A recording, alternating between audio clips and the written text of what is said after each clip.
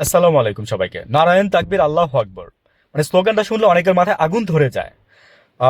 বিপির স্ত্রী শান্তা আপাকে ছাত্রদলের যারা যে যোগসু নির্বাচন হচ্ছিল সেদিন নারায়ণ তাকবীর বলাতে ওনাকে ওইখান থেকে আমি বলছিলাম যে পরে এটা নিয়ে আমি আলোচনা করব। তো নারায়ণ শব্দটার অর্থ হচ্ছে কি একটা ধ্বনি, আওয়াজ কিংবা স্লোগান, তাই না? আর তাকবীর শব্দের অর্থ হচ্ছে আল্লাহ। তো নারায়ণ তাকবীর আল্লাহ আকবর হচ্ছে মানে আর মানে আকবর শব্দের হচ্ছে আল্লাহ মহান। হ্যাঁ, তো এখন আমার কথা হচ্ছে বাংলাদেশের অধিকাংশ মানুষ মুসলিম আল্লাহ আকবর শব্দটা আমরা বলি, আমরা মনে মনে বলি, নামাজে বলি, দাঁড়ায় বলি, ঈদে মানে আজানে সবকিছুতে বলি।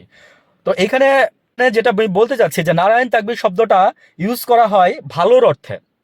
নারায়ণের তাকবীর আল্লাহ আকবর এই শব্দটা ইউজ করা হয় ভালো অর্থে, কোনো খারাপ অর্থে না। দেখেন নারায়ণ মানে বললে কিন্তু বোঝা যায় যে অনেকটা হিন্দুর কালচার বা মানে শব্দ, কিন্তু আসলে সেরকম কিছু না। এই শব্দটা বেশিরভাগ আপনার ভারত, পাকিস্তান, বাংলাদেশ এই তিনটা জায়গাতে আপনার বেশি প্রচলিত, বিশেষ করে মুসলিম রাজনৈতিক সামাজিক আন্দোলনে এটা ব্যবহার করে আর কি, বুঝছেন? তো এখন কোনো ইসলামিক বক্তৃতা মাহফিলে আমরা এগুলো বলি, কিংবা আমরা বলি এই যে ওয়াজ মাহফিল আসছে নারায়ণ তাকবীর আল্লাহু আকবার বলে সবাই। হাদি ভাইয়ের জানাজা দেখছেন? হ্যাঁ, হাদি ভাইয়ের জানাজায় মনে হয় আকাশ মানে প্রকম্পিত হয়েছে।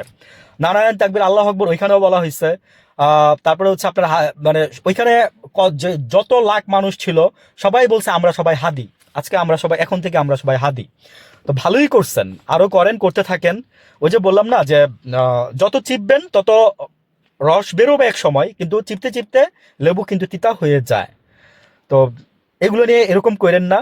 দেখেন বাংলাদেশ সামনে একটা ভালো অবস্থানের দিকে যাচ্ছে, এবং আমি যতটুকু মাঝে মাঝে রাগ করে বলি যে ভোট দিব না, কাকে ভোট দিব, যোগ্য ব্যক্তি না, এখনো বলতেছি যে ভোট দিব না।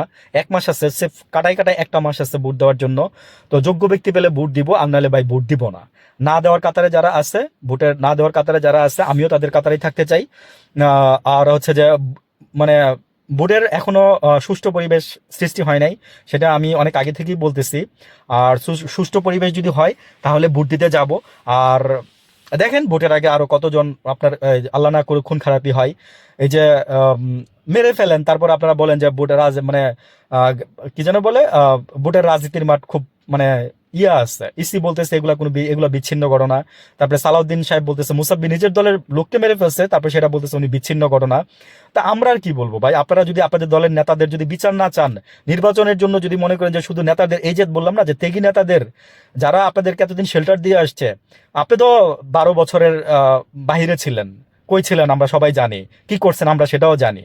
তো এই যে এরা ছিল কই জানেন? এরা ছিল গাছের ডালে ধান খেতে, এদেরকে আপনারা মূল্যায়ন করতে পারলেন না। ভালো